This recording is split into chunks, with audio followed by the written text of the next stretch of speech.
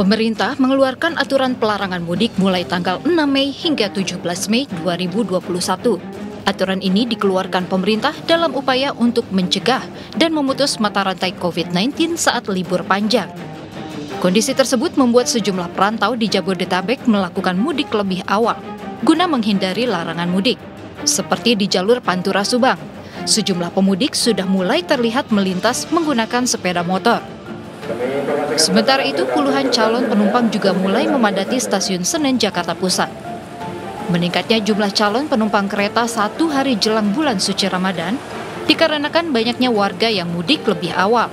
Larangan mudik yang dikeluarkan pemerintah membuat tak sedikit warga perantauan nekat meninggalkan aktivitas di ibu kota demi bisa merayakan Idul Fitri bersama keluarga di kampung halaman. Mudik di bulan Mei ini kan emang ditutup kan transportasi, jadi saya pulangnya lebih awal aja. Kenapa dimilih lebih awalnya? Karena biar bisa lebaran di kampung.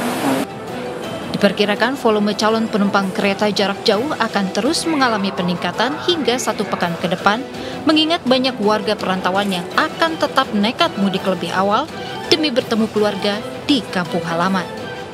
Kini kita akan kupas selengkapnya di Indonesia Bicara.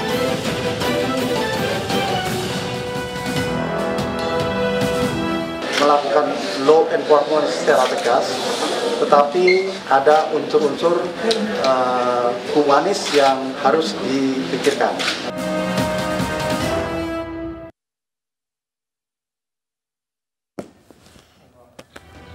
Ya, halo pemirsa, pemerintah mengeluarkan aturan pelarangan mudik mulai tanggal 6 Mei hingga 17 Mei 2021. Dan aturan ini dikeluarkan pemerintah dalam upaya untuk mencegah dan memutus mata rantai COVID-19 saat libur panjang. Kondisi tersebut membuat sejumlah perantau di Jabodetabek melakukan mudik lebih awal guna menghindari larangan mudik. Saya Herjuno Syaputra, kita akan berbincang lebih jauh terkait mudik 2021 boleh, tidak boleh. Dan sebelum kami hadirkan perbincangan ke hadapan Anda, tadi sudah kami sampaikan video atau berita pembuka terkait bahasan yang kita bahas untuk malam ini. Dan di segmen ini kami akan berbincang dengan narasumber yang sudah terhubung melalui Zoom call. Ada Mas Satrio ini. Assalamualaikum Mas Satrio. Waalaikumsalam. Apa kabar Mas Satrio? Kabar baik, gimana? Ya, alhamdulillah sehat. Terima kasih sebelumnya sudah meluangkan waktunya untuk ngobrol-ngobrol sedikit bersama kita di Indonesia Bicara. Mas Satrio ini pemudik ya, dan pemudik lebih awal lagi ya kemarin ya. Iya, kita lebih awal. Kita tahu ada larangan mudik 6 sampai 17 Mei. Kalau Mas Satrio sendiri ada kisah apa nih kok kemarin ini di Kalimantan ya? Base-nya di Kalimantan. Di mananya Mas? Pemangkat, Kabupaten Samba. Oke, jadi agak jauh dari Pontianak ya? Iya, 5 jam kurang lebih. Oke. Nah, ini di Kalimantan bekerja seperti itu atau? Saya punya usaha. Baik. Usaha. Dan keluarga di Jakarta? Untuk keluarga saya sendiri, tapi kalau keluarga kecil saya bawa ke sini semua. Baik. Mas, kalau bicara mudik nih, kemarin sempat mudik lebih awal saya dengar nih ya. Alasannya kenapa? Pengalaman aja sih, kan tahun lalu awal-awal COVID-19 sudah ada larangan pemerintah tahun lalu ya. Ya. Jadi kebetulan aja COVID COVID baru, ya udah deh pulang lebih awal aja. Ternyata benar ada larangan dari pemerintah. Dan sudah, ya karena kita tahu tahun lalu juga ada larangan mudik sebenarnya. Ya. Jadi memang waktu larangan ini belum keluar, Mas Satrio sudah merasa kayak bakal ada larangan yang sama seperti itu ya? Iya, melihat situasi sekarang kan juga fit, gak kunjung terlalu membaik, jadi ya coba. Kemarin mudiknya ke Jakarta atau kemana? Ke Tangerang. Ke Tangerang, oke. Di mana Tangerangnya? Saya orang Tangerang juga. Oh, Karamacika. Oke, saya Tangerang Selatan tapi ada keluarga di Cimone. Deket kita ya. Deket juga. Oke, Mas, kalau bicara kemarin mudik, di tanggal berapa? Awal bulan atau seperti apa? Dekat-dekat akhir tahun kemarin, Bang. Akhir tahun ya? Dekat-dekat akhir tahun kemarin kan sama ada momen juga, aku habis ulang tahun juga. Ya udah kumpul deh sama mama, sama keluarga yang di sana. Kalau dari pengalaman mudik kemarin lebih awal, perbedaannya seperti apa? Kalau prokes, persyaratan atau seperti apa? Boleh diceritakan? Kalau Perbedaannya ya, kalau dari sisi positifnya sih harga tiket jauh lebih murah ya Mas Junot ya. Oke, baik. Kita sebagai pengguna kan senang tuh kalau ada itu, tapi untuk yang sisa lainnya ya proker kesehatannya itu juga terjaga sih, mulai dari kita harus bawa keterangan sudah rapid, terus yang kedua kita harus pakai face shield di dalam, dan kita harus juga mengisi EHAC. Jadi sebelum naik itu kita sudah isi, pas kita sampai kita sudah memberikan dokumennya itu. Baik, tes PCR atau antigen kemarin pesawat ya, dengan pesawat? Kami naik pesawat, iya. Berarti Naik memerlukan pesawat. PCR dong ya? Betul. Baik. Nah, kalau kita bicara larangan mudik ini Mas, untuk Anda yang mungkin ya sebagai pemudik, orang yang tinggal di daerah jauh dari orang tua, keluarga inti seperti itu, Anda melihat wacana, bukan wacana ya, tapi ini sudah larangan, peraturan menteri sudah dikeluarkan. Anda melihatnya seperti apa? Sebenarnya sih sedih ya, karena kan sudah setahun lebih, nggak sampai setahun, sudah lama lah nggak ketemu sama orang tua di Jakarta. Apalagi kan mama belum pernah ngeliat cucu secara langsung nih, dari video call terus kan. Jadi sebenarnya kan rencana emang tahun ini pengen mudik ke sana, tapi ya mau gimana, pemerintah sudah mengeluarkan larangan, dan apalagi kan takutnya kita ramai-ramai ke Jakarta atau ke itu malah bawa penyakit juga, kan nggak ada yang tahu di jalan kita kena apa. Ada bagus dan tidak bagusnya juga sih. Tapi kalau buat kita mikir sisi positifnya, buat jaga orang yang kita sayang sih nggak apa-apa, misalkan seperti itu sih Bang. Ya, karena kita tahu Mas, tradisi mudik kan ini tradisi yang memang ada erat sekali di tanah air ketika menjelang Idul Fitri, dan pergerakan manusia itu pasti akan masif jelang Idul Fitri, dan ini yang kita takutkan adalah bahwa pergerakan yang tidak terkontrol, prokes yang tidak diterapkan, ya nanti ada ledakan lagi kasus yang lebih besar ya. Iya, itu aku setuju sih Bang, karena kan sempat juga tadinya mama yang mau ke sini untuk mau melihat cucunya juga, tapi kan ada larangan, dan memang aku sudah bicara sama mama, mending nggak usah deh, ngapain pas ramai-ramai kesininya, kan momen ketemu kan nggak harus cuma mudik aja sih. Jadi untuk itu mama juga mengerti juga sih. Ya, apalagi kita momen juga ya Idul Fitri sangat spesial, tapi setelah itu juga kita ya masih punya banyak waktu seperti itu. Betul. Nah, lalu untuk Anda melihat bahwa Lebaran kan ya tidak akan bisa berkumpul seperti itu. Ada tools apa nih, atau apa yang Anda bisa lakukan? Ya, kita tahu mungkin WhatsApp call atau Zoom call keluarga besar. Sudah ada rencana seperti itu? Sejauh ini ya kayak Lebaran tahun lalu kan nggak bisa pulang ya, kita video call rame-rame sih. Jadi setiap habis sholat Id biasa memang video call, kan dari dulu sebenarnya salim tuh sama mama. Jadi kita salim online dulu lah. Salim online dulu. Jadi untuk memang tahun ini kita mau ada video call aja setelah habis sholat Id. Gitu, Mas, kalau bicara ini kan menarik juga bahwa pemerintah memang melarang mudik ya 6-17 Mei, transportasi udara, laut semuanya akan dikurangi dengan beberapa pengecualian. Tapi yang lucu juga adalah tempat hiburan, tempat wisata dibuka. Itu dia. Anda melihatnya gimana nih sebagai masyarakat dan juga pemudik? Sebenarnya agak miris ya, miris dalam arti kita tuh mau mengurangi kumpulan orang-orang secara masif yang tadi seperti Abang bilang, tapi orang dikasih libur, nggak boleh kemana-mana ya, tempat wisata dibuka. Mereka kan bosan juga di rumah, pasti salah satu tujuan mereka ya berwisata sama keluarga. Jadi agak kontradiktif nih menurut aku Bang. Berbanding kebalik sih. Walaupun ya mungkin tadi itu, kenapa silakan?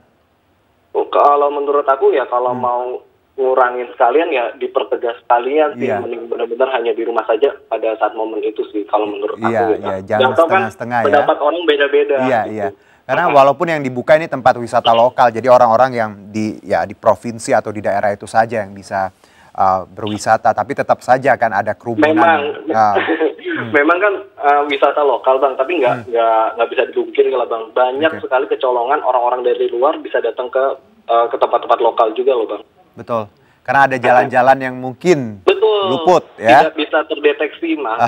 Tapi ya kita tahu statement dari Polri sih, memang pemudik nanti jalan tikus juga bakal ada checkpoint sih Mas. Tapi ya kita kira-kira akan seperti apa nanti. Nah selanjutnya semoga benar-benar ditegakkan dengan serius sih Bang, biar ya. Baik. Juga Bang di rumah aja kan.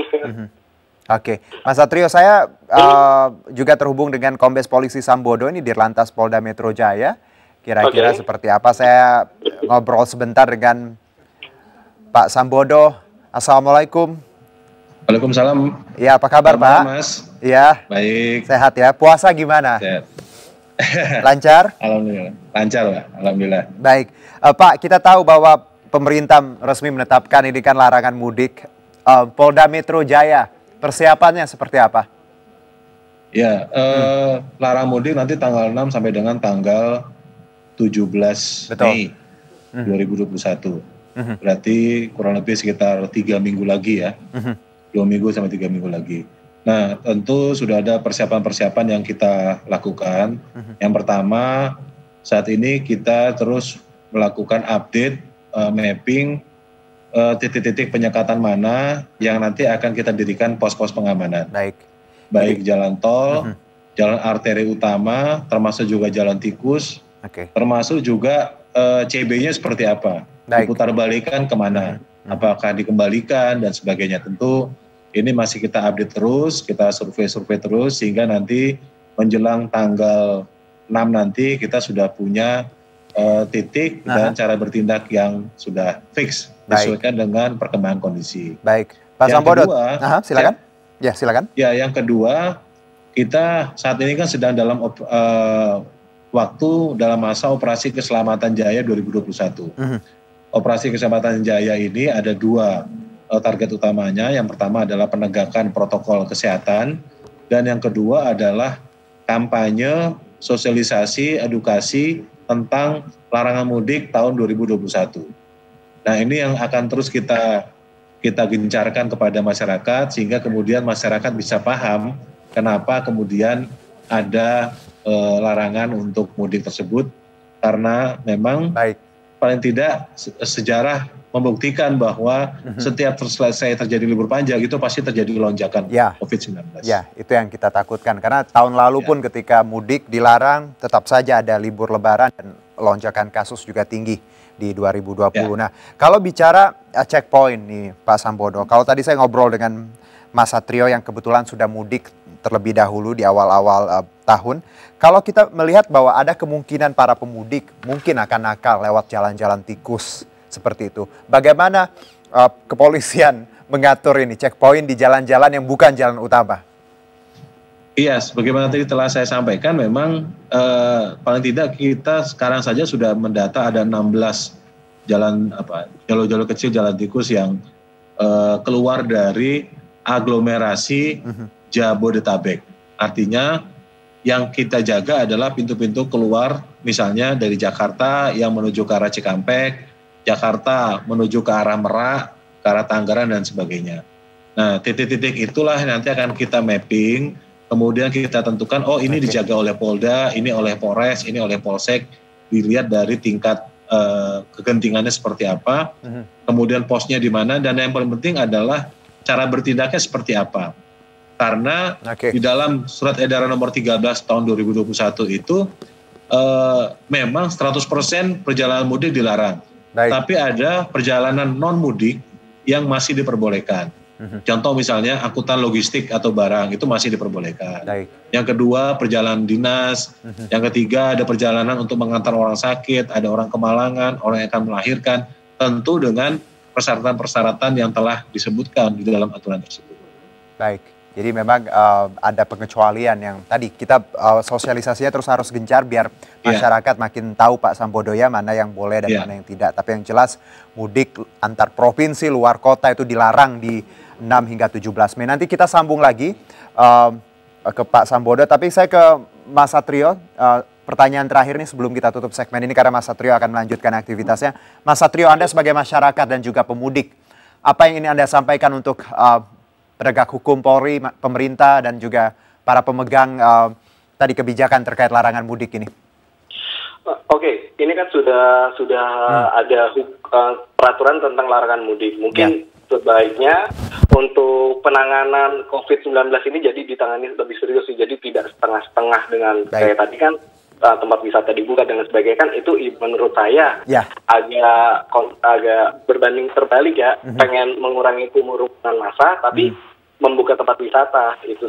Jadi coba lebih selaras lah untuk menahan laju dari COVID-19 ini. Baik, Mas Satrio, terima kasih atas waktunya. Salam untuk Kalimantan ya. Iya, nanti juga bisa lagi mudik ke Karawaci, insya Allah. Amin. Amin, amin. Ya. Baik, kita jeda dulu pemirsa. Tetap bersama kami di Indonesia Bicara.